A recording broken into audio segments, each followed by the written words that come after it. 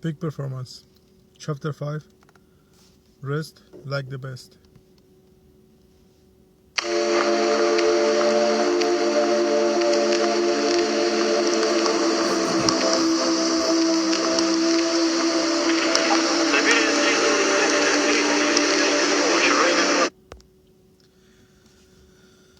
In Chapter 3, we discuss the benefits of athletics style, interval training in pursuits far beyond athletics. We also touch upon a large body of research demonstrating how, regardless of the task at hand, our output begins to suffer after 2 consecutive hours of hard work. We learned that we do our best work in cycles of intense effort followed by short breaks. In Chapter 4, we explore the practice of mindfulness and discuss the value of stepping away from our work so as to engage the creative power of our subconscious mind. There are many ways to step away from our work, of course, and not all of them are created equal. Browsing social media, for example, isn't nearly as effective as taking a walk. Let's now turn to the unique benefits of different kinds of breaks, supported by the stories of great performers and the latest science. We'll start by considering short breaks that you can use throughout the day, and we'll end by examining the value and challenge of extended period rest. Think of what follows as a menu of rest, options from which you can strategically choose.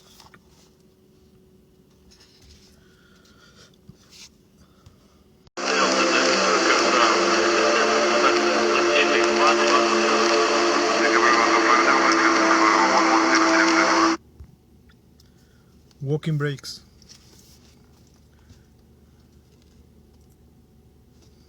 In his book The Work of Art, award-winning author Steven Pressfield writes of his walks.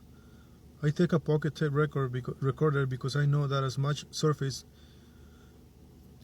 mine empties with the walk. Now part of me will chime in and start talking. The word layer on page 342 should be ogle instead. You repeated yourself in chapter 21. The last sentence is just like the one in the middle of chapter 7. As you learned in the previous chapter, Pressfield is not alone. Many of the best winners and thinkers have sworn by their walking breaks. Taking a stroll isn't just useful for creatives like writers, artists, and innovators. When Brad was working on complicated financial models at McKinsey and Company, he'd take walks throughout the day, especially when he felt stuck, almost without failing. What he could figure out while staring at the screen popped into his mind during or immediately following a walk. Even short walks can provide big benefits. Walking is the perfect getaway into the subconscious mind and for stimulating creative insight that can help us overcome mental backlog.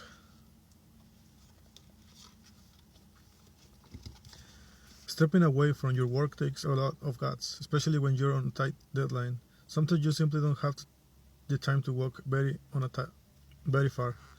The good news is that even short walks can provide big benefits. In a study cleverly titled "Give Your Ideas Some Legs: The Positive Effect of Walking on Creative Thinking," researchers from Stanford University examined the effects of a short walking break. They instructed subjects to take short walking breaks outdoors, indoors, or not at all.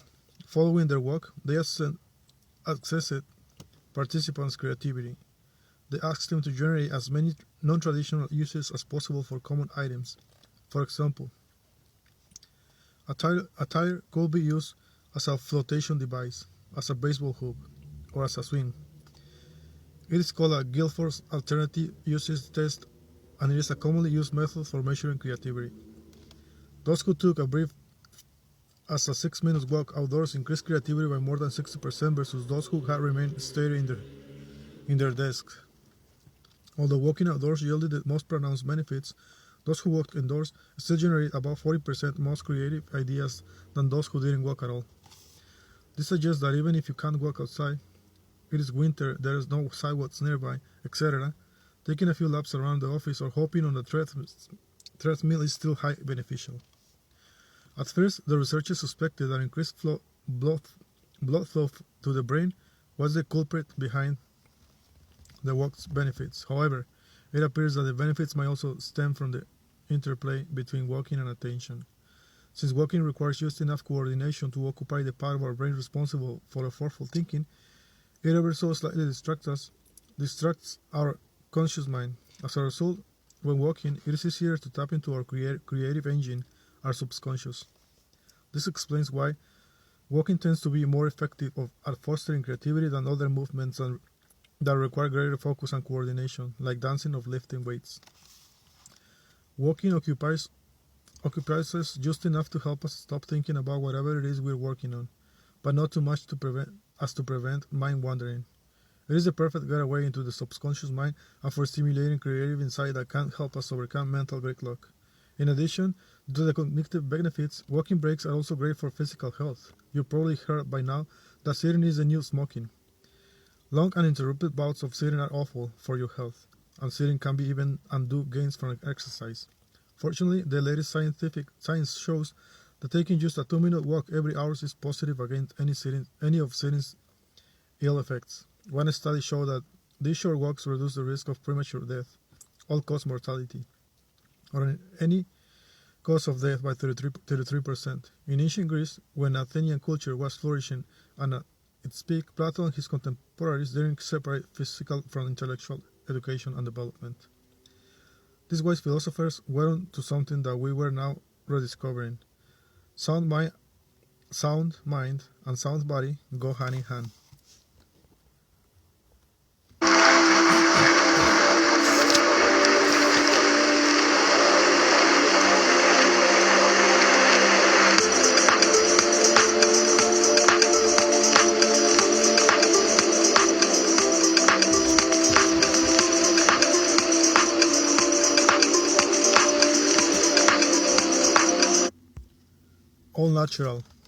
All natural. In 2008, a University of Michigan psychologist named Mark Bernard, PhD, sought to explore why so many great creators from Da Vinci to Darwin reported being inspired by nature. To test whether it's truly a strong connection between nature and creativity, Bernard enlisted undergraduate students and divided them into two groups. Both groups went through the same initial series of rigorous cognitive tasks. After finishing, one of the groups took a break in a secluded park while the other group took a break in a busy urban setting. On a subsequent series of challenging cognitive tasks, the students who took a break in a natural setting outperformed those who took their break in an urban city. Perhaps you're thinking, okay, but accessing a secluded park in the middle of the day isn't so easy. Worry not. Simply looking at pictures of nature can help. In the second experiment, Bernard had students go through the same process just described. Only this time, rather than go outside, they were instructed to view pictures for just 6 minutes of either natural or urban areas. The result was the same. The students who viewed pictures of nature significantly outperformed their urban viewing counterparts. Bernard's hypothesis that nature inherently makes us feel good and improves our mood, thereby hastening our transition from making the stress of hard work to a more restful state and promoting mind wandering and subsequent creativity. Even if all you can manage is switching windows on your computer, try browsing a National Geographic or Outside magazine story with pictures of nature rather than your Facebook or Twitter feed. Exposure to nature not only helps with creativity, but it may also lower levels of interleukin-6, IL-6, a molecule associated with inflammation in the body. Lower levels of IL-6 can prevent the harmful chronic type of inflammation that often sidelines serious athletes, according to a study published in the journal Emotion, more than any other positive feeling. An emotion commonly brought about by nature is linked to lower levels of IL-6. We asked the lead author of the study, Jennifer Stellar, PhD, what might be going on here? How can something as simple as being in nature or even just looking at pictures of nature change our biology? Stellar tells us experiencing awe makes us feel more connected to the universe and more humble. Those feelings, she says, probably help to switch off our stress response in turn lessening inflammation. After your next hard work or a stressful day at the office, consider sitting in a park before you rush into an ice bath, pop anti-inflammatory drugs, or take the latest and greatest relaxation supplement. As Cheryl State Mothers said in the popular book and movie Wild, When you are feeling down, put yourself in the way of beauty.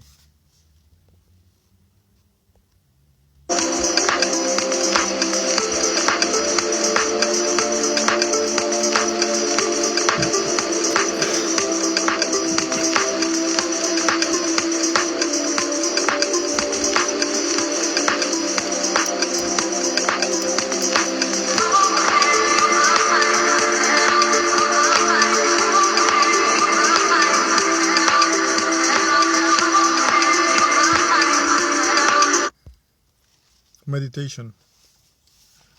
Earlier we discussed how mindfulness meditation, the practice of sitting and focusing only on your breath, can help hasten the transition from stress to rest. Mindfulness meditation strengthens the prefrontal cortex, which is the part of your brain that lets you choose how to respond to stress.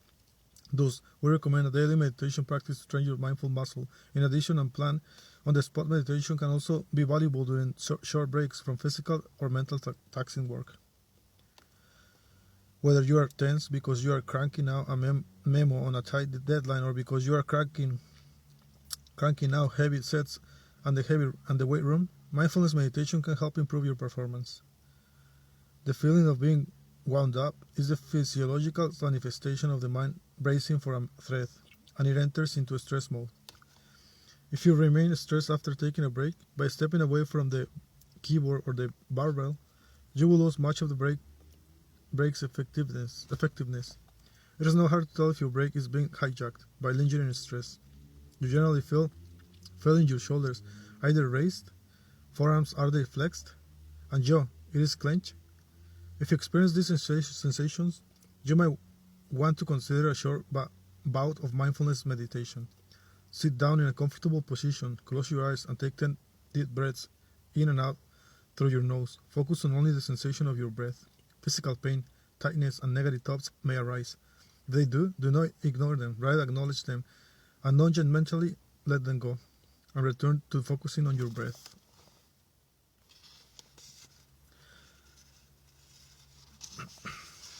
Whether you are tense because you are cranking out a memo on a tight deadline, or because you are cranking out heavy sets in the weight room, mindfulness meditation can help improve your performance. After you've taken 10 minutes breaths, you could continue focusing exclusively on your breath for the duration of your break, or you should consider transition to the technique called open monitoring meditation, sometimes referred to as body scan. In open monitoring meditation, though you can continue to breathe rhythmically, you shift your focus from your breath to various parts of your body. Start at your feet and work your way up. Focus on the feeling of your toes in your shoes, your skin against a chair or your clothes, your muscles loosening, and your heart beating. Studies show that just 7 to 10 minutes of monitoring meditation aids in both physiological recovery and creativity.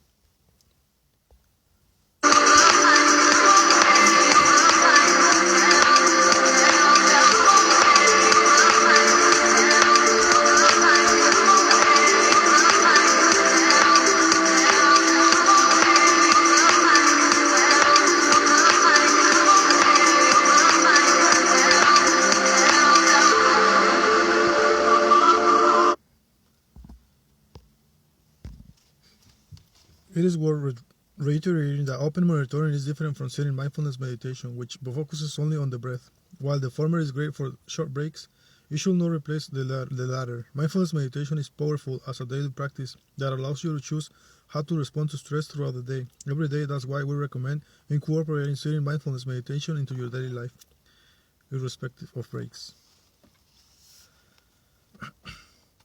Social recovery.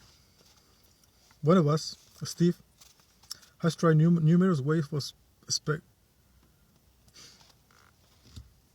expediting recovery in the athletes he coaches after intense training sessions, but by far the most effective is social interaction. That's right, Steve's secret isn't massage, comprehension, or crowd therapy. It's cultivating fun and laid-back environments where his athletes can hang out with each other. Following competition or especially challenging practices, Steve more or less mandates his athletes attend teams' breakfast, lunches, or movie game nights. Fascinating new science backs him up.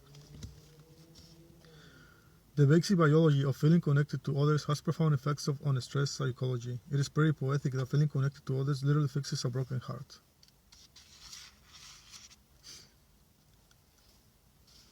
The ratio of hormones, testosterone to cortisol, acts as a good indicator of systematic recovery. The higher this ratio, the better. A study out of Bangor University in the UK found this ratio was higher in athletes who went through their post-game analysis in a social environment with friends than in athletes who went through in a neutral environment with strangers. What's more is that the group is in the social environment actually performed better in competition a week later. The lead author on the study, Christian Cook, PhD, professor of psychology and life performance at Bangor University, tells us that a friendly post-exercise setting, particularly being able to talk, joke, and debrief with others at least, seems to help with recovery and future performance. When we shared this with Kelly McGonigal, PhD, the Stanford University professor and stress expert you met in Chapter 3, she wasn't surprised. The biology of feeling connected to others has profound effect on stress psychology. McGonigal told us the positive effects of social connection include increasing heart rate variability, HRV, shifting the nervous system into recovery mode, and releasing hormones such as oxytocin and vasopressin that have anti-inflammatory and antioxidant properties. What's even crazier, says McGonigal, is that oxytocin helps your heart repair. It is pretty poetic that feeling connected to others literally fixes a broken heart. Although you can use social recovery throughout the day, it is only effective if the environment is relaxed. Going to coffee with a colleague only to discuss work won't do you much good. That's why we recommend this strategy for the end of your workday. But that doesn't mean it is easy. When we are feeling stressed, often our natural inclination to retreat inward and wall ourselves off from the outside world. In the worst cases, the stress lingers and grows, and we put ourselves at risk of a vicious cycle of rumination. Just ask an athlete who finished an intense training session and isn't feeling so good about it, an artist who got nothing done at the studio, or a business person who had a rough day at the office. Even though we may not always want to be sociable, the benefit of surrounding ourselves with friends and kicking back are enormous, especially following demanding situations. Performance practices. 5 bullet points. Have the courage to take breaks throughout the day, especially when you are stuck or feeling unbearable stress. The more intense the work, the more frequent the breaks. Bullet point number 2. Take a walk lasting at least 6 minutes to increase creativity and decrease the ill effects of sitting. If you can't walk outdoors, but even taking a few laps around the office provides big benefits. Bullet point number 3. Put yourself in the way of beauty. Being in nature, or even just looking at pictures of nature, helps with transition from stress to rest and promotes creative thinking. Bullet point number 4. Meditate. Begin with a few mindful breaths focusing on the breath, then consider shifting to opening monitoring meditation, scanning your body and shifting your awareness to all of its sensations. Bullet point number 5. Hang out with friends. At the end of hard work, be it with your body or your mind. Surround yourself with friends in a laid-back environment fundamentally alters your biology from stress to rest. Yes, that's right. We just provided you with the scientific basis for getting drinks with friends. Note, we did not say happy hour.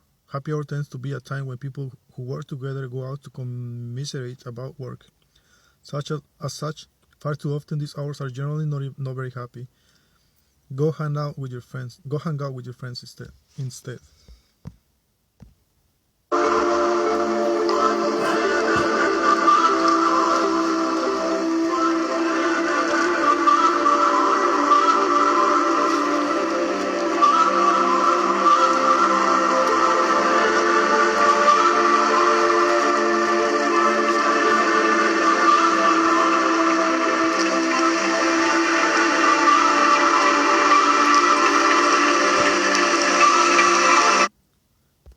Sleep.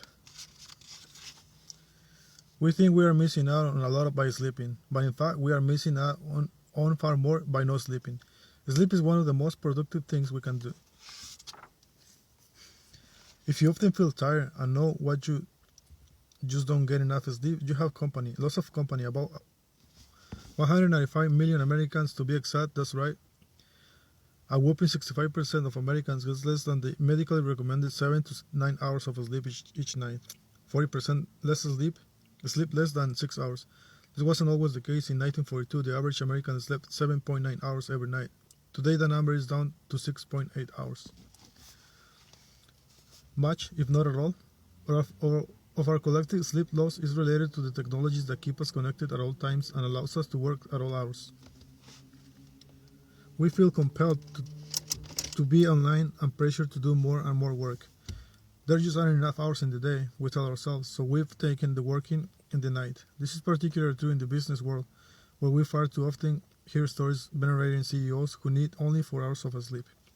A different story emerged when you ask the CEOs how happy they end with their lives, or when you examine their tenures.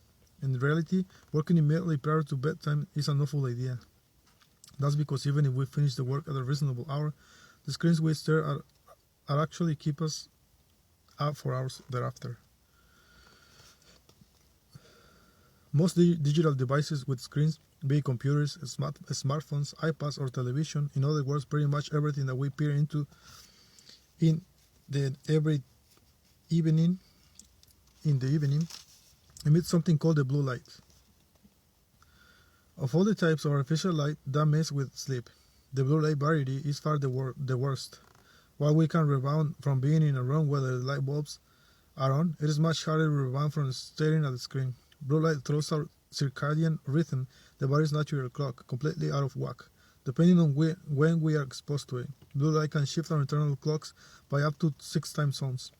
This is why when you have a creative idea in the middle of the night, it is best to write it down on a paper notebook and not run to your computer to starting working on it. This should also serve as a warning against the increasingly common habit of checking smartphones throughout the night.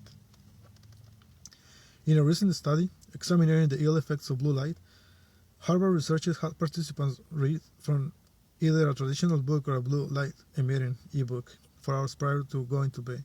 After just 5 consecutive days of reading in this manner, the difference between the two groups were stark. Those who read the ebook reported feeling far less sleepy when it was time to go to bed. This feeling was rooted in the biochemistry. Unlike those who read from a traditional book, the ebook readers experienced a 90-minute delay in their body's release for melatonin, the hormone that makes us feel sleepy. Although they hadn't traveled across time zones, their body's internal clocks thought they had. Their circadian rhythms had shifted dramatically, making it harder for them to fall asleep and making them feel less rested and more groggy upon waking up. Most worrisome is that these effects resulted from just 5 days of using a blue light emitting device 4 hours before bedtime. Not to mention, these profound effects came from reading for pleasure. You could imagine the results will be far worse if the task was sending emails or working on deadline documents. Blue light alone is detrimental. Combine blue light with a racing mind, and it becomes easier to understand why we're sleeping less than ever. At the end of this section, we are going to recommend that you limit blue light prior to bedtime and provide you with a handful of other tips to get a better night's sleep. But first, we are obliged to turn a common notion on its head. We think we are missing out on a lot by sleeping, but in fact, we are missing out far more by not sleeping. Sleep is one of the most productive things we can do. We don't grow when we're in the gym or when we're immersed in our work. We grow in our sleep.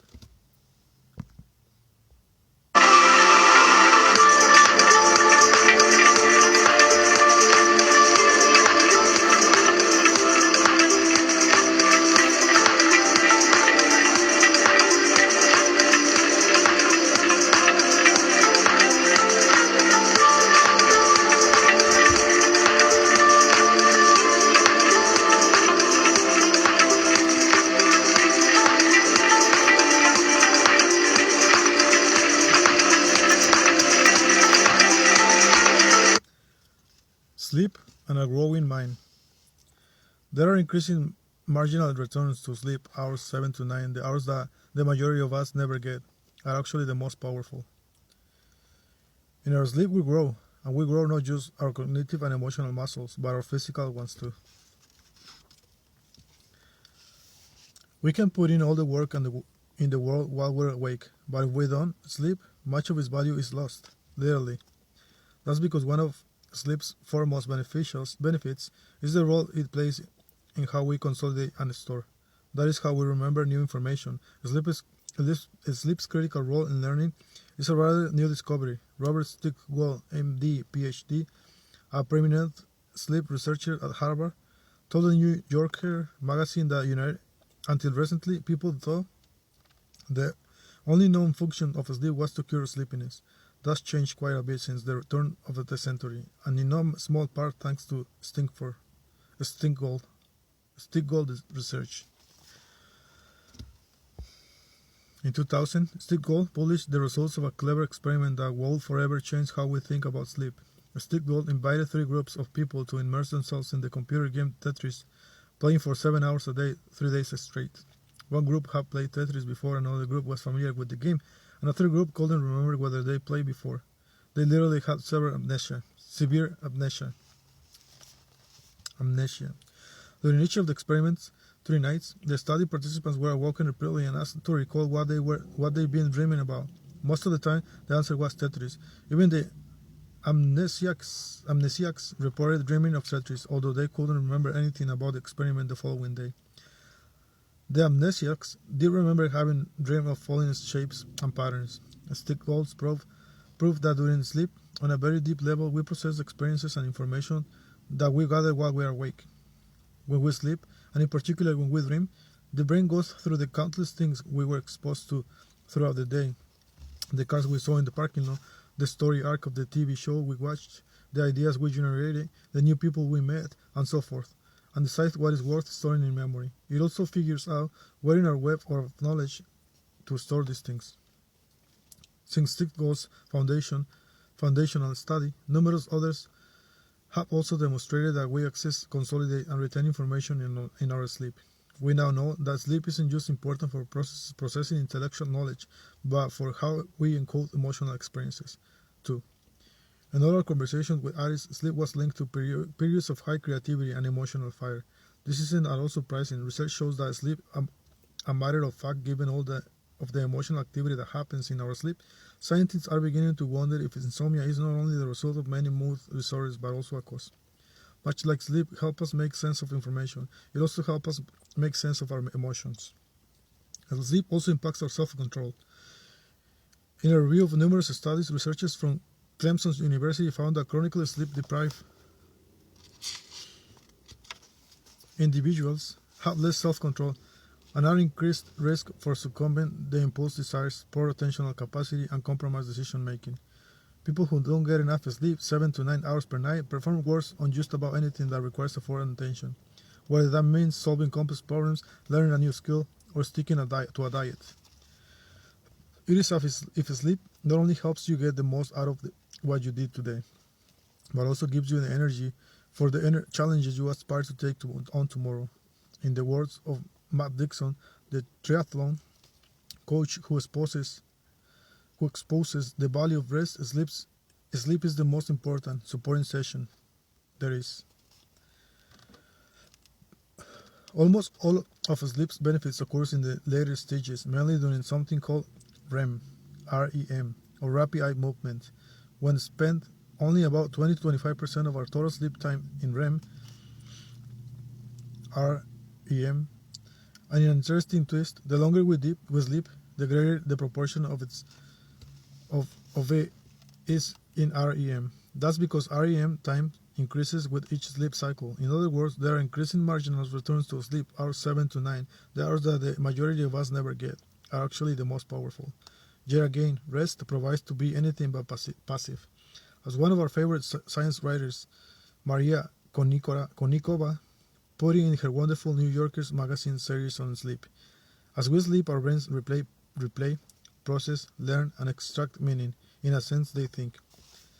Let us pause for just a moment to reflect upon this and the context of the equation stress plus rest equals growth. During our waking hours, we expose ourselves to all kinds of psychological stimulus, stress, and during our sleep rest, we make sense of it all.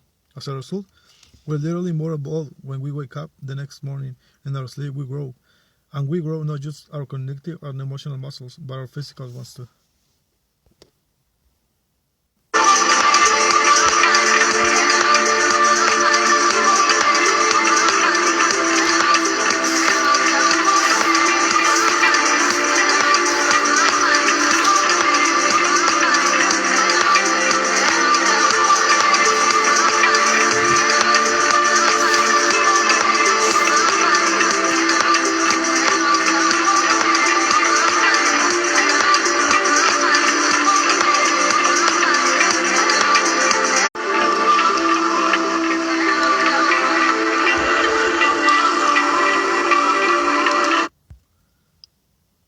and a growing body. The best athletes in the world all prioritize sleep just as much as they prioritize their hardest training sessions and their most important competitions. If you've been searching for the foundation of youth or taking all sorts of crazy supplements, you can stop now. Instead, simply get under the covers and close your eyes. Over the past few years, Brad has had the privilege of interviewing more than 40 world-class athletes for a series in Outside magazine on the habits of great performers. These individuals include some of the world's best runners, skiers, cyclists, surfers, kayakers, and climbers. To Brad's surprise, he found a fair amount of variability in their daily habits. Some do yoga rigorously, others have never stretched before, some are gluten-free veterans, vegans, others make red meat the centerpiece of their diets. Some take ice baths, others favor heat. One topic where there is complete conformity, however, is sleep. The best athletes in the world all prioritize sleep just as much as they prioritize their hardest training sessions and their most important competitions. Three-time Ironman world champion and course record holder Mirinda Carfrae told Brad, "Sleep might be the most important thing I do." She was being serious and for good reason. According to the latest Performance Science, most of us could benefit from adopting Carfrae's mindset. As you learn in Chapter 2, when we stress our bodies, they enter into something called a catabolic state. Our muscles and even our bones break down on a micro scale. The hormone cortisol is released, telling our body, "Help, we can handle this stress."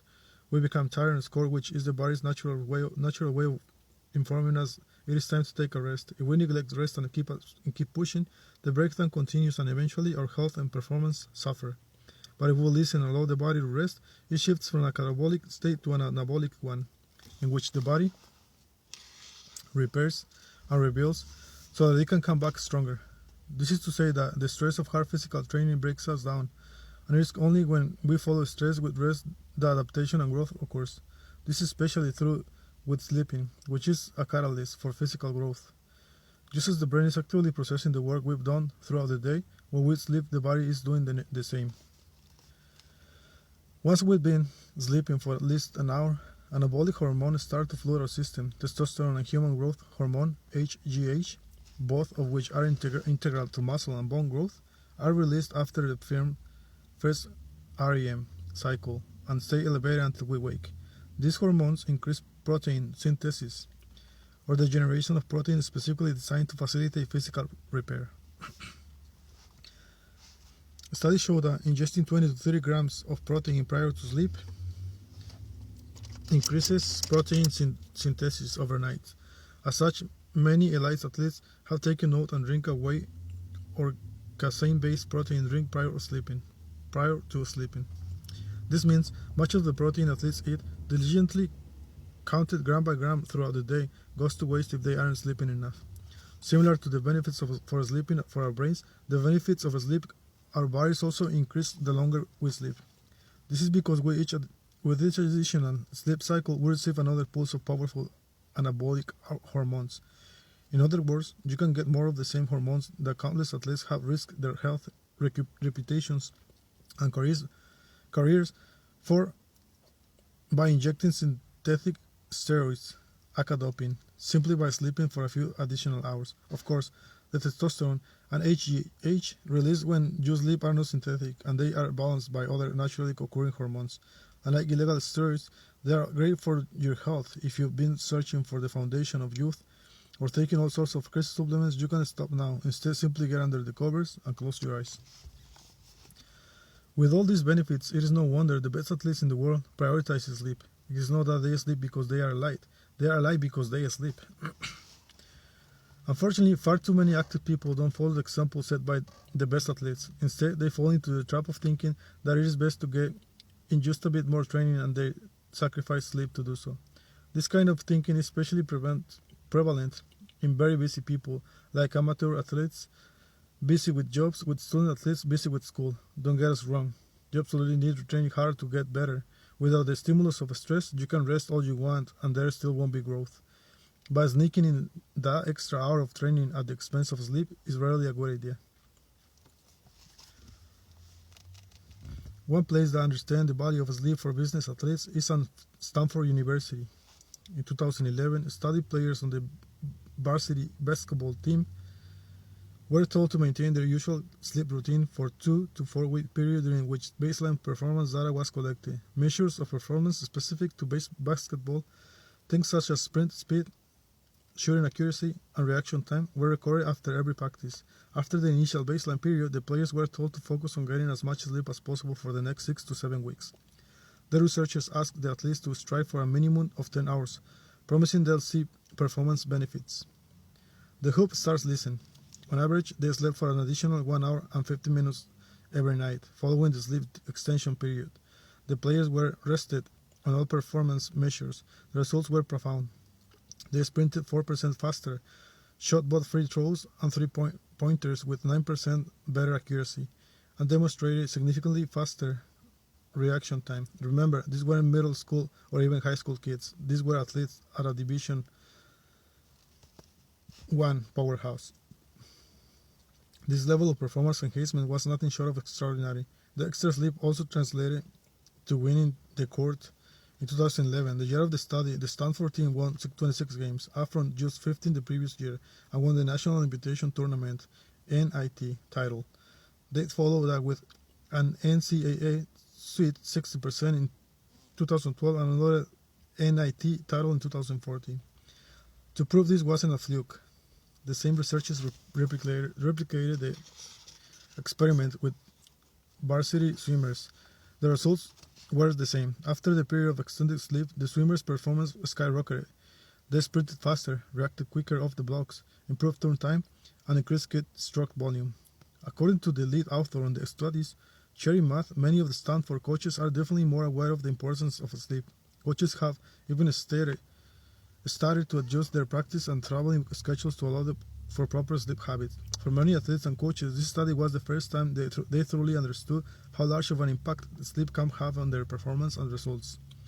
If an institution with one of the best combinations of athletes and researchers in the entire world says we should sleep more to improve our physical performance, then perhaps we should listen.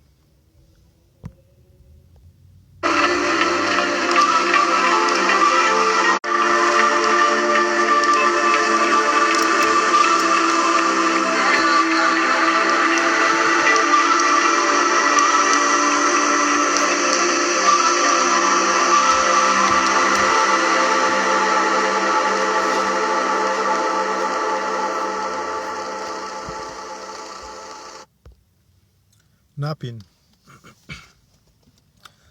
Regardless of what all the life hackers may tell you, napping does not make us for insufficient nighttime sleep. You can't nap your way through growth, be it physical, psychological. That said, napping doesn't help restore energy, a contradiction during midday lulls. So it is a strategy worth considering for long and intense days. A growing body of research demonstrates that napping can improve performance, alertness, concentration, and judgment. If these attributes are critical for those on a space station orbiting the Earth, it should come as no surprise that NASA became intense in learning about the benefits of napping. When NASA scientists concluded studies on astronauts, they discovered that a 25-minute nap improved judgment by 35% and vigilance by 60%. No surprise then that NASA encouraged afternoon snoozes. In another study, and one more relevant, took most of our earthly stations, researchers period napping against coffee. They found that individuals who took a nap of 15 to 20 minutes awoke with more alertness and went on to perform better during the remainder of the day than those who, instead of napping, drank 150 milligrams of caffeine, or about the same amount in a Starbucks grand size coffee. When we take short naps, the part of our brain that is always on when we are awake has the opportunity to take a break, much like a fatigue muscle rejuvenates during a short breather. So too does this part of our brain. In a critical review on the efficacy of napping, sleep scientists found that a 10-minute nap yields the greatest benefits, through most experts say anything under 30 minutes is effective. Even if you don't actually experience the sensation of falling asleep, simply closing your eyes can help switching your active brain off, allowing you to recover. Staying asleep for more than 30 minutes, however, can be counterproductive.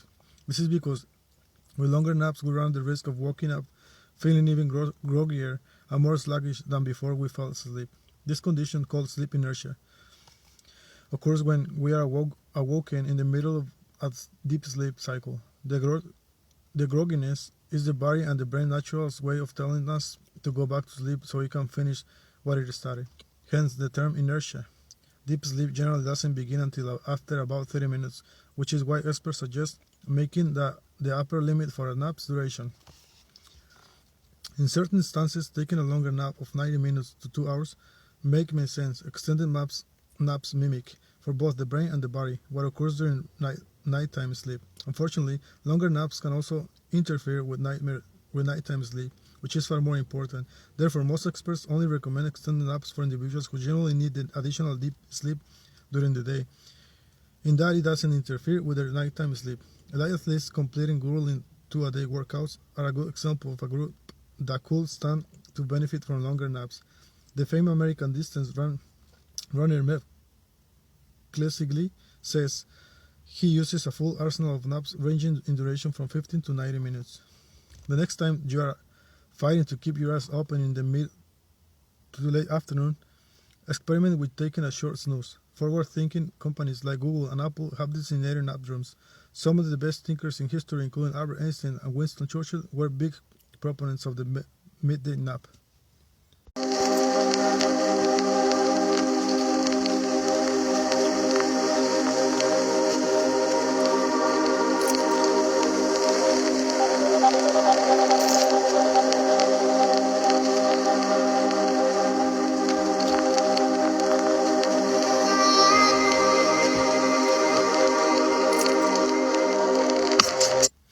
Extended breaks.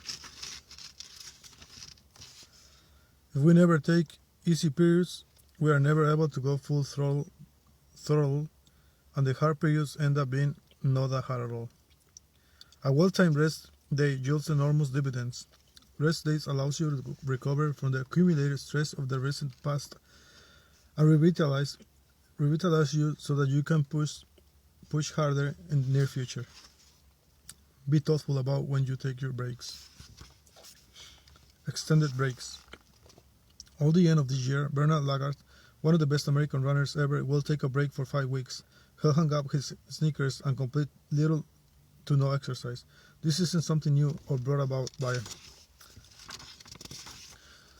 by old age for his 43-year-old athlete.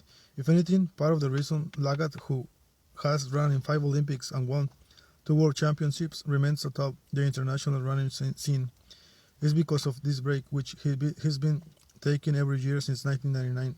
Rest, Lagat says, is a good thing. Lagat credits his annual respite with keeping him physically and psychologically healthy over the years. The extended shutdown period allows his body to recuperate from grinding 80-mile running weeks. Although Lagat year's end break might be the longest, nearly all of his peers at the top of running take similar ones, ranging from 10 days to 5 weeks. Olympic 15,000 meter silver medalist Leo Manzano recently told the Wall Street Journal that he too needs to at least a month to recover from the season. His reason is simple: it feels like I've been going non-stop since November. Performance practices.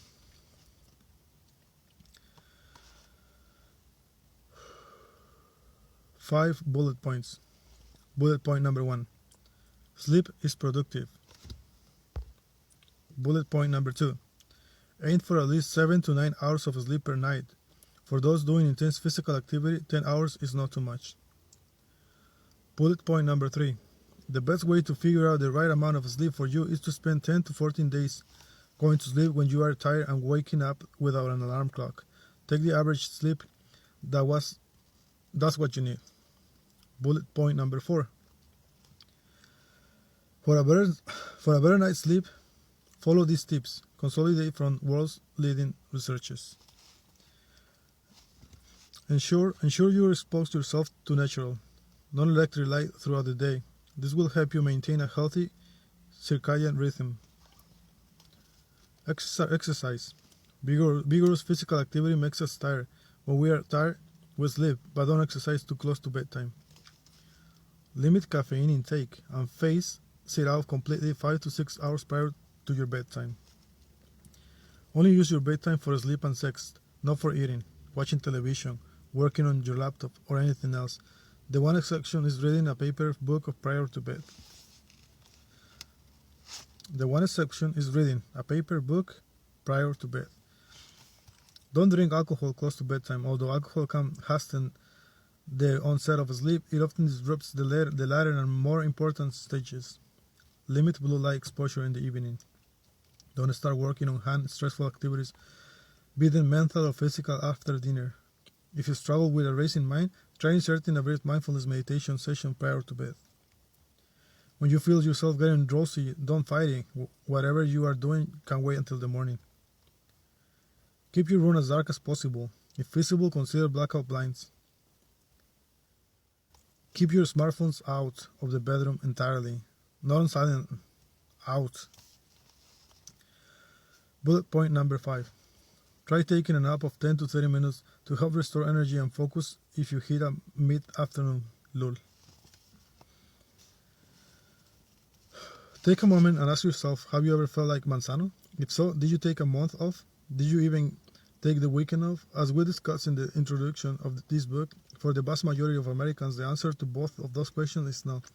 We consistently work on weekends and rarely use all our paid time off, let alone take extended vacations. Instead, we get trapped into thinking that if we're not always working hard, we'll be surpassed by the competition. Our misguided thinking is that the result of years conditioning. Brad and Steve both remember growing up to the tune of popular inspirational quotes like, when you are not practicing, remember somewhere someone else is. And if you meet him,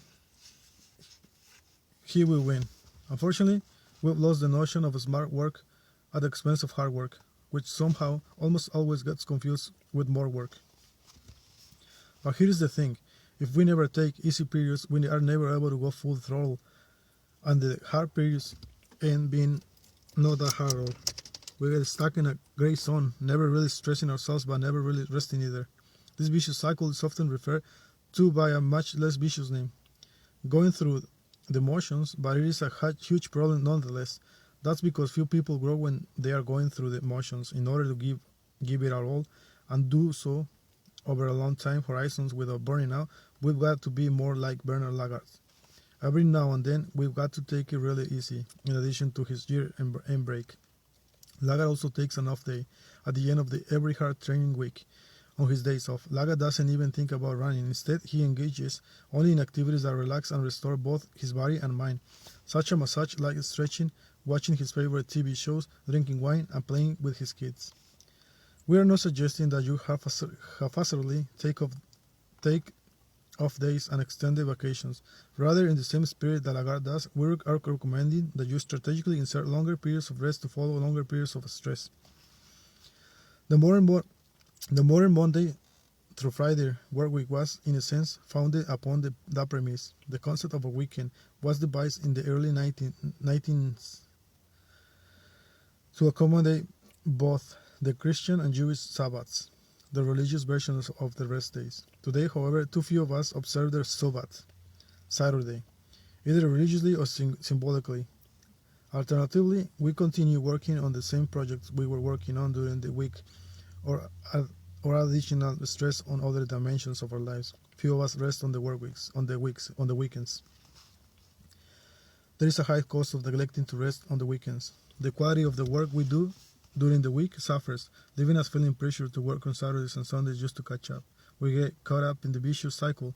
Not enough stress to demand rest, not enough rest to support real stress. If you are stuck in this cycle right now, try ending it this coming week. Give yourself at least one day off in which you completely disconnect from your work and other similar stressors. The benefits are significant and scientific. Studies show that vigor and performance increase following the rest day, and the more someone actually rests on the weekend, the more effort they expend during the week. If you feel like the ability to take an off day, it is out of your control. Show this book to your boss and use it to start a sincere discussion about how you need to rest in order to work your best. Nothing makes us more upset than illogical organizations that demand too much and as a result never get enough. During the process of writing this book, we held each other to taking at least one of the day a week. On that day, we didn't write or research or a word without fail. Our strongest writing days occur on either the next day or 2 days later. Brad's off days were generally on Monday. He wrote best on Tuesday and Wednesday. That we say 2 days later is worth noting. Sometimes it can take both the body and the mind a day to go back into the swing of things. This is why prior to a big Sunday race, many athletes rest on Friday and do a light workout on Saturday to wake their body up. This is also why some of the savviest professionals schedule big meetings on Tuesdays instead of Mondays. Some people snap right back from a break, but others take a bit more time. It doesn't take long to figure out which category you fall into. And once you do, a well-timed rest day yields enormous dividends. Rest days allows you to recover from the accumulated stress of the recent past and rehabilitate you so that you can push harder in the near future. While rest days are good bridges from week to week, sometimes the body and mind need a longer break. Much like rest days should be strategically timed to follow accumulated stress, so too should vacations. Albeit on a larger scale, Lagat doesn't take his 5 weeks hiatus in the middle of the season. He waits until after his last race of the year, when his body and mind are admittedly worn down. For musicians, this may mean taking a break after 50 days on tour of working arduously to complete a record. For visual and material artists, this may mean taking a break after a gallery opening for finishing up, especially challenging piece of series of work. And for intellectuals and business professionals, this may mean timing breaks to follow long periods of work, like the publication of journal article or book, or the completion of a major investment deal. We will be remiss not to acknowledge that all kinds of situational factors, from family obligations to financial pressures to workplace policies, can make it hard to intentionally time extended vacations. But to the extent that you can, we encourage you to be thoughtful about when you take your breaks. Research shows that breaks lasting 7 to 10 days have positive effects on motivation, well-being, and health that last up to a month. Other studies have shown that a week-long vacation can diminish or completely eliminate burnout. But here's the catch. If the conditions that led to burnout in the first place aren't resolved, the symptoms of burnout inevitably return just a few weeks later. This is an important insight. It means that, contrary to common belief, extended breaks are not a saving grace that allow people with unsustainable workloads to magically bounce back all cheaper. Rather than viewing vacation as a last-ditch tool to save someone on the edge, it is better to think of extended breaks as a part of a broader rest strategy that includes mini breaks, sound sleep, and off days. In other words, when it comes to a comprehensive rest strategy, vacations are not the cake. They are merely the icing on top of it. Change to more fully regroup after accumulating stress so we can come back stronger and better than before. When Lagat finishes a season, he is fatigued, but he's not broken. Fatigue is a stimulus for growth. Broken is, well, just broken. Performance practice. Regardless of 5 bullet points. Bullet point number 1. Regardless of what you do, take at least 1 day off every week. Bullet point number 2. Time your days off strategically to follow periods of accumulated stress. Bullet point number 3. The more stress, the more rest that is needed. Bullet point number 4. To the extent that you can, time your vacations strategically to follow longer periods of stress. Bullet point number 5. On both single days, off days, and extended vacation, totally disconnect from work, unplug both physically and mentally, and engage in activities that you find relaxing and restorative.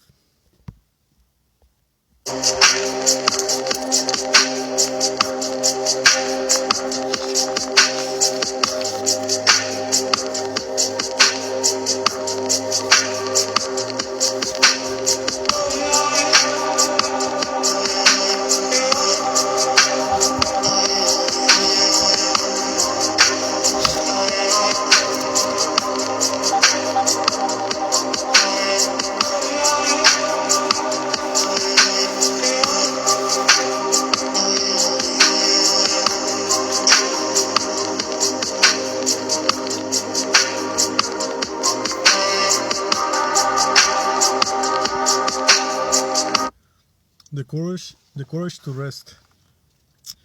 Hard work only becomes smart and sustainable work when it is supported by rest. Stress plus rest equals growth. It is a simple yet profound guide to structuring your days, weeks, and years. Stress plus rest equals growth. It is a simple yet profound guide to structuring your days, weeks, and years. The courage to rest. The benefits of rest are clear, and they are supported by a large body of scientific evidence. Still, far too few of us get enough of it. It is not that people want to wear themselves down. It is just that we live in a culture that glorifies grinding and non-stop work, even if science says it doesn't make sense. We praise the athlete who stays after practice to pound out additional reps in the weight rooms. And we lionize the business person who sleeps in his office. Now, this isn't to suggest that hard work isn't a paramount to growth. As you saw in chapter 3, it is. But hopefully by now you also realize that hard work only becomes smart and sustainable work when it is supported by rest. The irony is that resting hard often takes more guts than working hard. Just ask an author like Stephen King. For me, no working is the real work. Or a runner like Dina Castor. But workers are the easy part. Feelings of guilt and anxiety creep in when we step away from our work, especially if we perceive that our competition is still going at it. Perhaps there is no place where this is true than at a firm atop the management consulting ladder, Boston Consulting Group BCG. BCG regularly ranks as one of the top management consulting firms in the world. The firm's consultant helps the CEOs of billion-dollar companies solve their thorniest problems. And the fastest BCG consultants can find the answers, the more likely the firm is to get awarded the next multi-million-dollar project. In other words, BCG consultants work in high-stakes, high-pressure environments. It is not surprising then that when researchers proposed a series of experiments to test the effects of required rest on BGC consultants' employees reacted with not just shock but also disdain. The Harvard Business Review reported the concept was so foreign that BCG leaders had to practically force some consultants to take time off, especially when it coincided with periods of peak work intensity. Some consultants legitimately questioned whether being assigned to the experiments was putting their entire career in jeopardy. In one experiment, consultants were instructed to take a full day off in the middle of the week. For individuals who usually work 12-hour plus days, 7 days a week, this was downright absurd.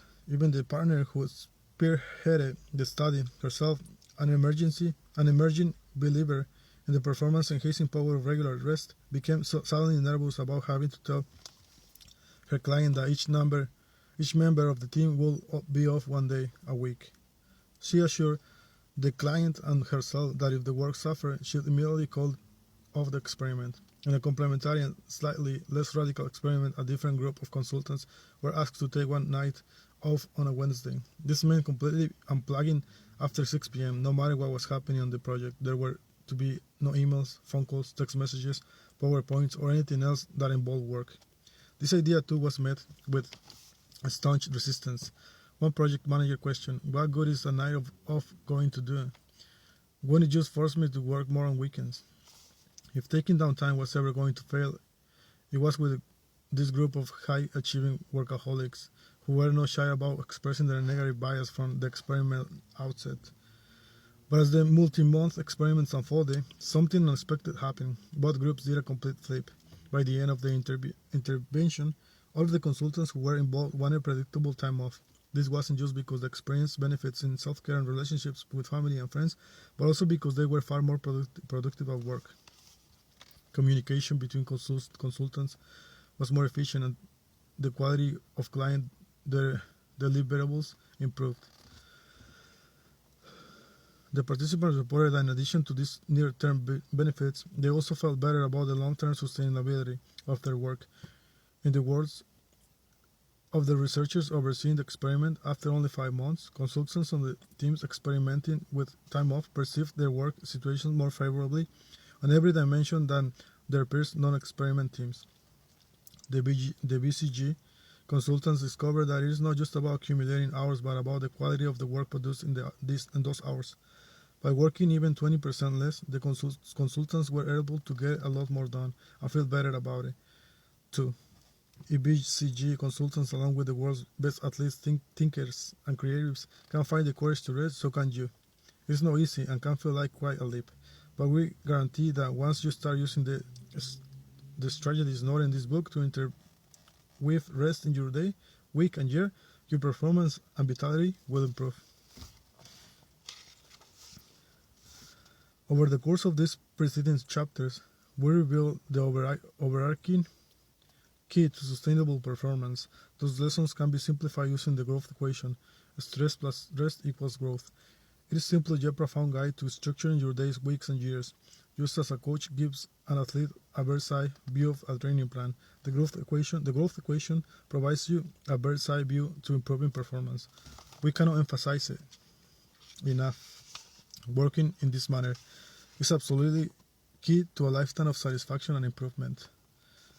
But to more fully understand how to get to the most out of ourselves requires that we zoom in and focus on some important details in the next section. We'll turn to the specific rituals and routines that usher and great performance.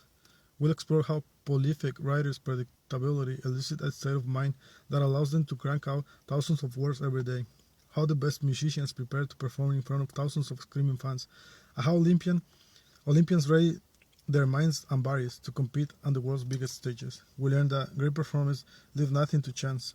Rather, they engineer particular states of mind and body, and they design their each and every day to get the most out of themselves. And as you're about to discover, so you can. Thank you.